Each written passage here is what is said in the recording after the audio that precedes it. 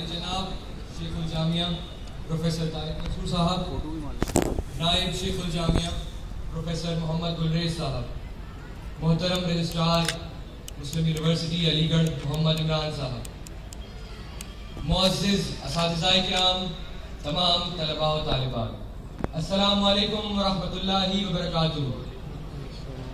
हम बखूबी जानते हैं कि 1857 में जब वतन अजीज हिंदुस्तान की आज़ादी के लिए पहली लड़ाई लड़ी गई थी तो ये ख्वाब लगता था कि आज़ाद हिंदुस्तान आज 26 जनवरी 2023 की हसीन सुबह का गवाह होगा। लेकिन अल्लाह के करम और हमारे असलाफ की कुर्बानियों की बदौलत मुल्क ने ये मारिका सर किया और आज बिहम्दिल्लाह हम एक आज़ाद मुल्क के बाशिंदे होने की हैसियत से इस मकाम पर जमा होकर यौम जमहूरिया मना रहे हैं। जब हमारा मुल्क अंग्रेज़ों की गुलामी से आज़ाद हुआ तो इसके सामने बहुत सारी परेशानियां थी, गरीबी, जहालत और न जाने कितने ही मसाइल ऐसे जिनके हल की अशद ज़रूरत महसूस होती थी। मगर जो परेशानी इन सबसे बढ़कर थी वो थी इस मुल्क को एक अजीम मुल्क बनाने की, एक ऐसा मुल्क जहाँ मुख्तलिफ मज़ाहिब, ज़बानों, रंगों और इन सबसे बढ़कर मुख्तलिफ अफकार के लोग एक साथ मिलजुल कर रह सकें। इसके लिए ज़रूरत थी एक आइन की, एक दस्तूर की, एक निज़ाम की। चुनाचे डॉक्टर B.R. अम्बेडकर की क़यादत में एक कमेटी तश्कील दी गई जिसका मकसद था हमारे मुल्क के लिए एक आइन तैयार करना, एक ऐसा आइन जिसमें किसी भी एक शख्स को किसी दूसरे शख्स पर मालो दौलत, रंग, मजहब या ज़बान के बिना पर फौकियत हासिल ना हो, जहाँ इस बात से फर्क नहीं पड़ता कि आपका मजहब क्या है, आपकी ज़बान क्या है, आपका रंग क्या है।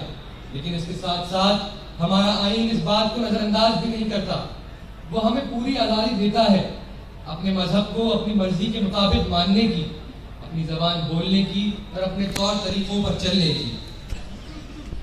सामईन किराम, अगर हम अपने माजी में झांकें और अपने मुल्क की तारीख उठाकर देखें तो हमें मालूम होगा कि हमारे मुल्क के लिए न जाने कितने लोगों ने कुर्बानियाँ पेश की हैं। क्या हम उन कुर्बानियों को फरामोश कर सकते हैं? नहीं, हरगिज़ नहीं। लिहाजा ये हमारा फर्ज बनता है कि हम इस आज़ादी और आज़ाद मुल्क के इस आइन की कद्र करें, इसलिए कि ये आइन एक कीमती शय है, एक ऐसी कीमती शय जिसकी अजमत पर हज़ारों बुलंदियाँ कुर्बान हैं, जिसकी अहमियत के सामने दुनिया की कीमती से कीमती शय भी भेज है। और ये हमारे असलाफ की कुर्बानियों का ही समरा है कि हम एक बेहतरीन जमहूरियत बनने में कामयाब हो सके। खून शहीदाने वतन का रंग लाकर ही रहा, खून शहीदाने वतन का रंग लाकर ही रहा, आज ये जन्नत निशान हिंदुस्तान आज़ाद।